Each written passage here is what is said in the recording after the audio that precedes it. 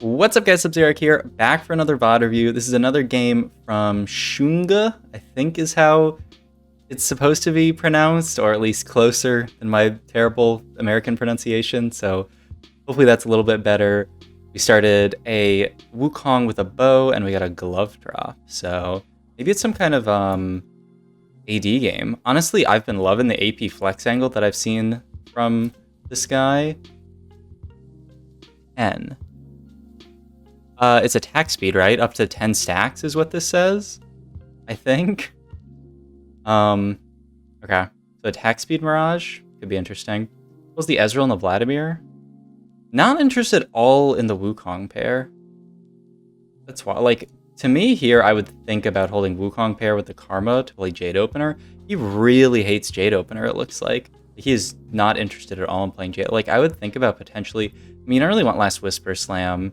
But, you know, you could hold the Wukong pair, and if you get dropped like a Cloak or a Tear or something, you could be like Hodge or Titans and play for just sort of like an AD angle into that Xiaoyu Siphon comp. But it seems like he doesn't really like that. Doesn't even... He, like, disrespects the Senna pair as well. Okay, though he does end up buying the Wukong over... What was that? Karma?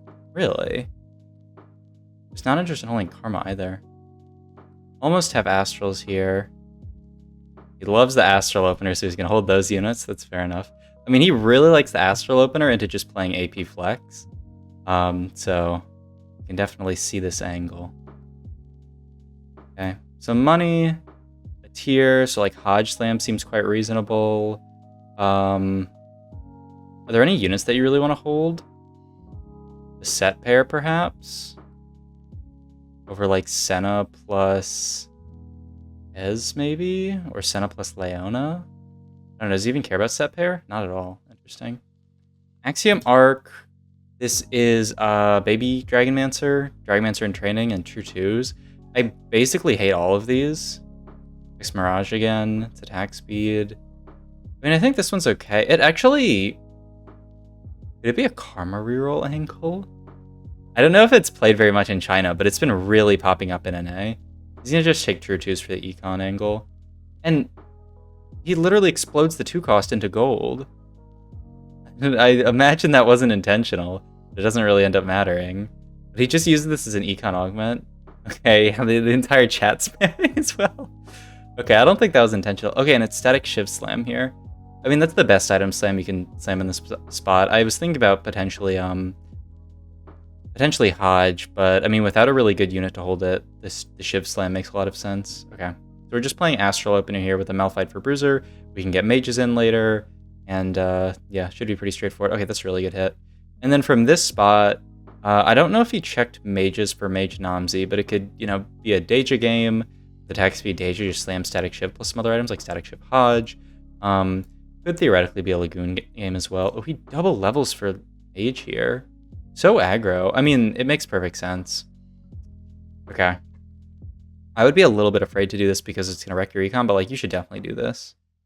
Like, you don't make 10 here anymore, but you have 2 upgraded units already and a static Shiv Slam. You should always make this plane go 5. This person also went 5 at 2-2. Whoa. Holy moly. If we lose this fight, it'll be a little bit sad. And then at 6, we could theoretically get Lagoon in if we want to. Or we could just get, you know, like a Sejuani in or something to play a stronger board. Either one would be fine, honestly. Let's see what we got in this shop. Like, there's the Sedge, Lily pair. I mean, yeah, we definitely want to make gold here. I think holding the Lilia also makes a good amount of sense. Yeah, and I would even hold the Sejuani as well. One Lagoon player at least. It could be Lagoon from this angle. It's a bit awkward to play it from here, but not terrible. You have to think about what you're playing from a True 2s opener. Like, you want to play a somewhat expensive comp. If you play something that's too cheap, that doesn't like cap out very highly, then you're just going to lose because you're playing down a combat augment. That's something to consider as well. Like, Mage Nomsy might be a bit tough to play from here just because that comp doesn't cap out that high without like really good augments, unless you had everything 3-starred. Okay, you could also go JG here. JG or Hodge with the glove. But I think either one of those seems quite reasonable. Okay, we get neither. So, I mean, probably just the Chain Vest, right? Just some kind of offensive item, and it's a 3 cost. Don't really care about the Lee Sin at all. We had a Hecarim randomly, but who cares about that? Making 20 here, obviously can't do anything else. I mean, we could actually, you could level here. There's not really much to level for here. You could level for the Sedge, and that's about it. I don't think that's a big enough power spike to level for personally, but oh my god, he thinks. And oh, and you get the obviously you get the Lillian. Okay, I didn't even realize that, but in hindsight, obviously, this really spikes your board if you put the Lillian over Talia, and you can still make 10. Yeah, he loves these turbo aggro plays, so it makes perfect sense. And he still makes 10 gold. Okay, really good, really good. This is like, I've watched 3 VODs of him, and in 2 out of 3 of them, he's gone 6 prior to stage 3. He really likes that play if you can get a win streak like this. He even did it in the other game for a 4 streak. Like, he lost the first round. Okay, but this makes perfect sense. I didn't even think about it. But yeah, obviously, like, you get the Sejuani in, but then the Lilia comes in over Talia, and then you get Cavaliers in as well, which makes a very strong board. All right, I gotta focus up. I gotta focus up in these VOD reviews. I want to be catching every single play before he makes them. I mean, you're definitely not buying anything from shop, right? You're just making 20. Like, holy shit. You're 2-6 here with 20 gold because of Astrals and True 2s? Like, how does this guy make True 2s look like a good augment? I feel like every time I take this augment, I'm just going 8th. But, like, he takes this shit, and I feel like it's like, actually good. Oh my god, it's a Mage Nomsy. Oh. Oh. You ever, like, fast level 7 here and just get Nomsy in over Sedge? I would think about that, definitely. The only problem is our glove is stuck on Lux. Like, I mean, he definitely holds the Nomsy, right? Oh, he can't hold the Nomsy without making... But I would still... He doesn't even care about the Nomsy angle. Oh, there's another one that's so sad. I mean, this is a really good hit. Yeah, now we can get Nomsy in without even leveling. Slam JG, Slam Bramble. Beautiful. Okay. And if you want to, you could level... Like, if you win this round, you could potentially level for Nomsy... Or for Malphite next round. I'm shocked they didn't hold the Nomsy. Just lose out on Econ to hold the Nomsy. But maybe he's not that interested in playing... I mean, how could you not be interested in playing Nomsy this game? Maybe it's like I was talking about that he feels like the comp doesn't cap out high enough with this. But I mean, like, if you hit Nomsy 3, it definitely does. New recruit, right? Pretty sure these two are kind of terrible. Okay, good enough. We can level for 4 Bruiser here. I would definitely do it.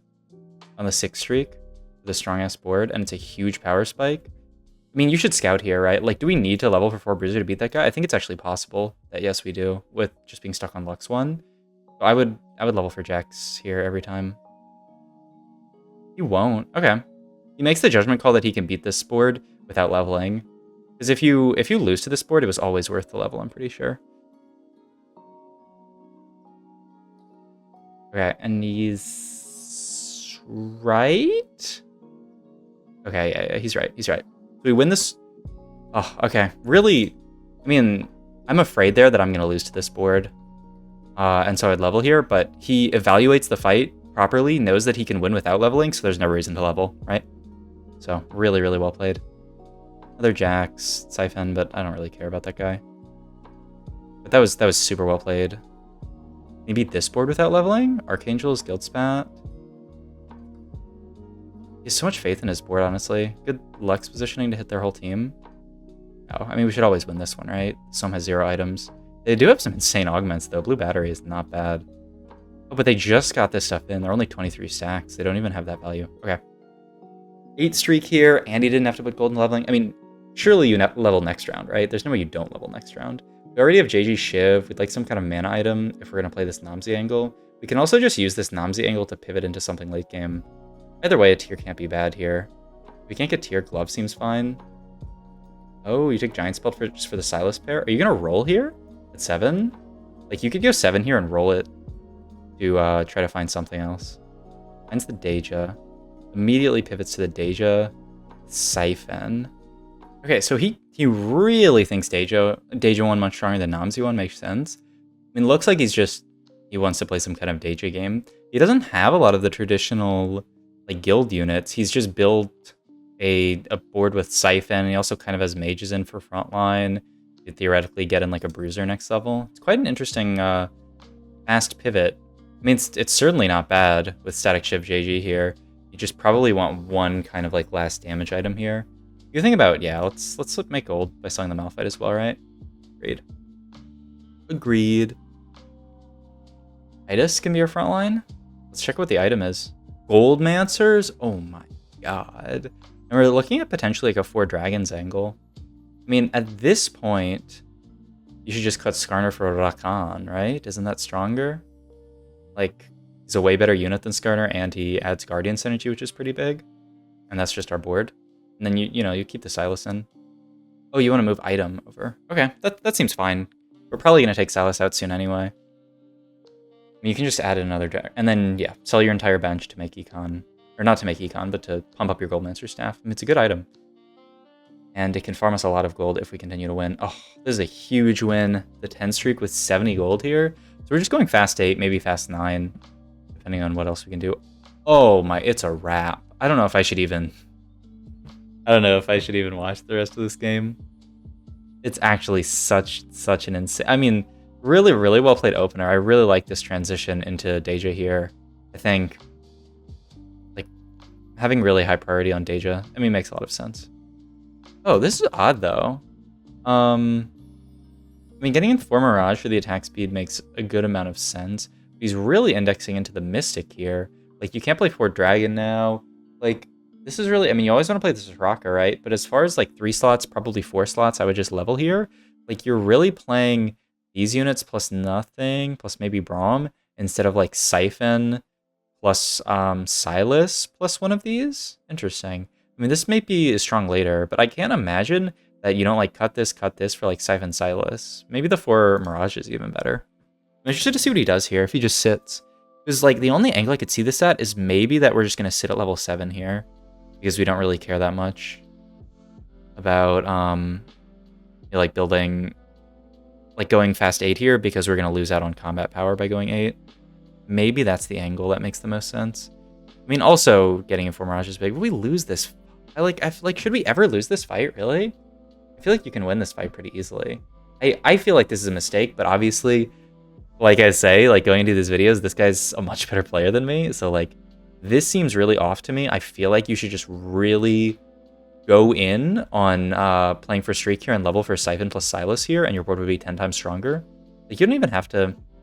you could even play this guy if you want, and then just not play Rakan. Like, Siphon Silas over your, these units, and then you get your 4 Mirage in still. But, like, keeping your Streak here and staying at 100 for the Soraka seems so big. I'm shocked. I'm shocked that we don't level there. Because, like, surely adding Silas makes our board stronger. Or Siphon with the Silas. I'm shocked. But maybe he just wants to greed it out and go 9. Maybe that's the plan. He just says, fuck it. Like, I can play as greedy as possible here. Oh, the attack speed on the Soraka is insane. If we can even look to make... okay. So maybe he just says, like, fuck the streak. Like, I can just... it's completely acceptable for me to go 9 from this spot. When he goes for the 4 Guardian angle as opposed to that makes perfect sense, yeah. Oh, one thing that I think is so sick in TFT, like, the games that I feel like are so well played, he has no 2-star units on his board, and he's in this spot. You know, like, prior to this, he had some natural upgrades on his, like, Astral units, but, like, the fact that he hasn't, like, really high rolled this game, I would say, honestly, like, it's just a very well-played game, is really cool to see. Like, this is replicable, you know? It's not like he natural Daeja on 2-4 or something. Like, he played a very straightforward, strong board, leveled when he needed to, made econ when he needed to, and now pivoted when he needed to into a completely different board, and now he's in, like, an insanely good spot. I just think that's really cool to see. So you probably just sack the next 3 and then go 9, and then just build a Dragon's board. And you can just use Daeja to hold items until you find, like, a 2-star Aoshen. What do we need here? We already have the Goldmancer staff for an AP item, but we probably want, like, a tier for a real AP item, right? Like an Archangels or a Shojin or something. Oh no. Okay. I mean, we were gonna go for the... oh, you want Giant Spell there for Itis. Okay, that's fair. That is quite fair. He rolls here? Interesting. I thought he was coming to the fast 9. I mean, if you hit Daeja 2, your board is insanely solid. Okay. Whoa, he rolls past... he keeps rolling here? Whoa, that's shocking to me. I feel like Daeja 2 with this board is stable. Maybe his I mean, maybe lobbies in China are just like built different, and he doesn't think this board's gonna be stable. But I'm shocked that he doesn't think that board will be stable after hitting Daeja 2. I mean, we're actually gonna get kind of clapped here, I think. So I mean, it seems like he's right. He can't even play for 9. He has to hit like Idas 2, Soraka 2. Okay, like surely this is stable, right? Especially with Yasuo in. And now he gets Mystics in. Seraphine also just a very good unit with Daeja. With the extra attack speed, right? That makes a lot of sense. I should start pausing and trying to build the board before he does it, though. I think that'll be even more constructive. Because, you know, if I just let him put the units in and say, like, yeah, that makes sense, and, like, it's way too easy. But if I, like, actually pause every time, it'd be... You're not going to sell this, are you? Oh, you do? Huh. Maybe you're trying to pivot out of this. And that's bad. I wouldn't... I'm looking for a third... No, I mean, this is pretty good, actually. You just, like, Edge of Night your Yasuo, Edge of Night Last Whisper Redemption, maybe? I mean, the Edge of Night is really good. The other stuff kind of blows. You really like a blue buff plus Yasuo item. But, I mean, worst case, it can be Hodge. Wait, isn't it just Edge of Night Hodge, ZZ Rot? Thinking about that, that seems pretty good. I would just take this, honestly. But I'm interested to see if he rolls it or not. It's like, you could keep going for better stuff. I mean, this seems amazing, right? No? Can't be Morello's, right? Bramble Vest, blue buff, IE. Bramble Vest... I mean, surely it's this, right? No? I don't know how to play this game, man. He skipped over so many options that I think sound amazing, and then this is what he goes for? I mean, he really wanted the Warmogs, I guess. Okay. That's really reasonable. I don't know. This gives me a lot to think about in my life. Like, all the stuff that he rolled over there that I would have taken. But, like, this can... Like, Treasure Dragon can be the difference between, like, a 4th and a 1st.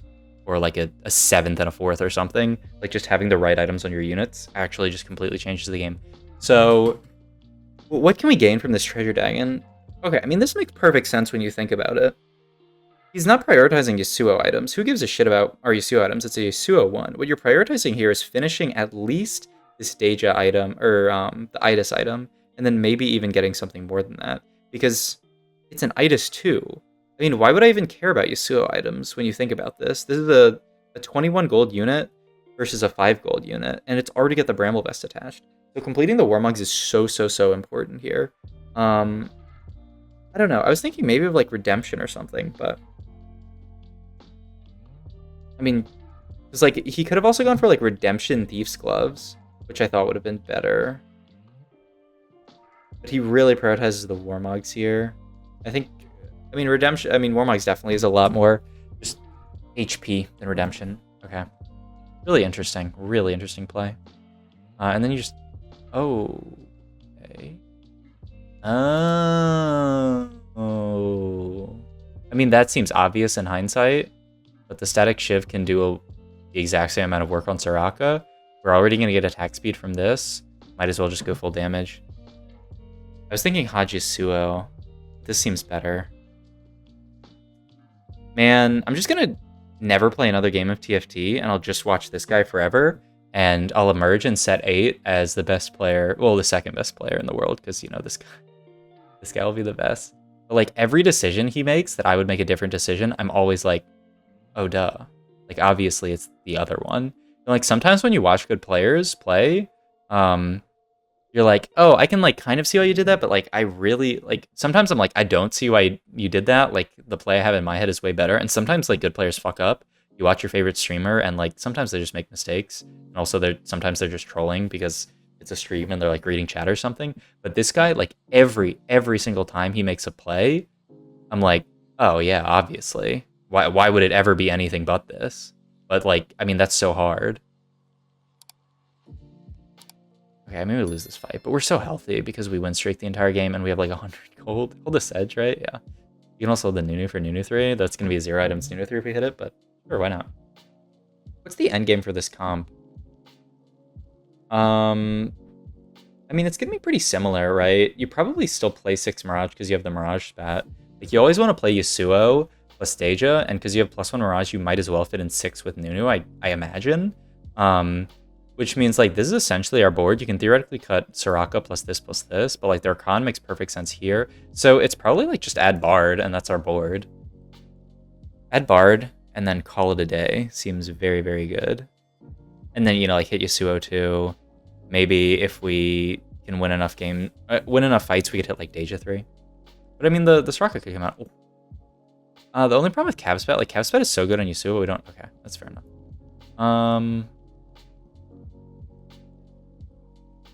We have Bramble on Daeja. You ever take, like, Sunfire for Daeja? I mean, I feel like a third Daeja item is so big. You can also take the Protector's Vow for Yasuo. I think, based on what I've learned from the way he prioritizes items... Oh, Gargoyles. Just like Gargoyles, right? Oh, Shroud. Okay, Shroud's good, too. Okay, this is one scenario where, like, isn't Gargoyles such high value? I mean, I think Gargoyles is probably fine as well. Skips over the Daeja because he wants as much gold as possible. Or the second Itis, I mean. There's Soraka, too. Really looking for Bard. Yeah, like, he doesn't even care about, Terra. Like, not even thinking about playing Terra here. Which I think is a bit of a mistake, right? Because if we hit Terra 2 here, isn't it better than, like, Seraphine plus second Yasuo? No doubt it's not. I mean, I guess it's a 0 item Terra. Is what you have to consider. Interesting. But I mean, if you don't hit Terra 2, you never play Terra, but I think we could have held the Terras there, but I don't know. A small thing. Yasuo too. One Bard. There's really not that much. Okay, like, Twitch is fine, I guess. But yeah, I mean, clearly we want Bard here. It's really good into a lot of these. It's basically all AP. There's the person who has the Nyla, of course, but, like, you know. Outside of that, it's just all AP. We hit a really good Shroud here. Are we going to win out this game, or are we going to lose to somebody? I guess, like, if this guy hits Aushin too, it could be trouble. Oh, they haven't rolled down yet at all. Like, they're so low, and, like, I think our board can still beat Aushin, especially if we hit Bard. You really just want to find one Bard and chill. Because, like, you really want to build up your AP, right? This is an actual AP item that's stuck on Daeja the whole game. Which is, I mean, it's a great item. You're just chilling with it the whole game. But, like, I'm kind of like, you know, it's uneasy rolling in these situations. Oh, we held Daeja here? Yeah, Barden, always. Why would you ever hold Daeja here? We're not going to hit Daeja 3 this game. There's not enough time. Don't you just want the damage? Oh, you front... Versus the Nyla. Oh, this person hit Nyla 3. Oh, well, we're just fucked. I mean, this was bad positioning, but also, I mean, it's a very cute idea to frontline your entire team versus the Nyla, but the Daeja just ended up in a bad spot. I mean, maybe his call is that the only way we can win this game is through Daeja 3, but there's just not enough time left in the game, right? There's gonna be like 3 rounds and then it's over. Maybe even 2. Okay, we can beat this guy though, surely. Oh, he predicted the swap and this guy just doesn't swap. Giga Chad. I mean, shouldn't we still win? It's only an Aushin 1, and the Aushin has a Gwynsu's as well.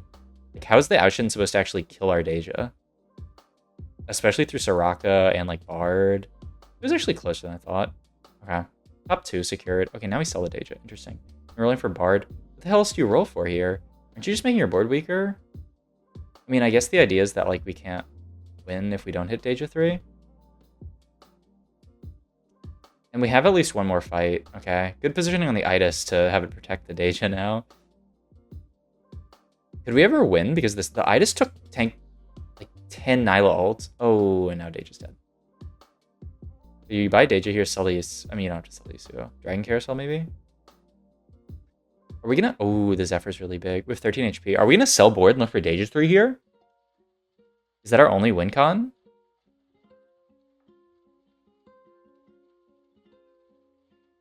We are. Oh, this guy's so good, man. This is how you play the game. It's your only way of winning. And we missed here, but, like, that's the only way you win the game. So smart. Like, you have to sell board here. Like, if you hit Daeja 3 plus Itis, there's actually some kind of shot that you can win. If you don't, we're never going to win this game playing this board. So you might as well look for Daeja 3. That's so well played. Okay, and it's a second. It was a beautiful game, honestly.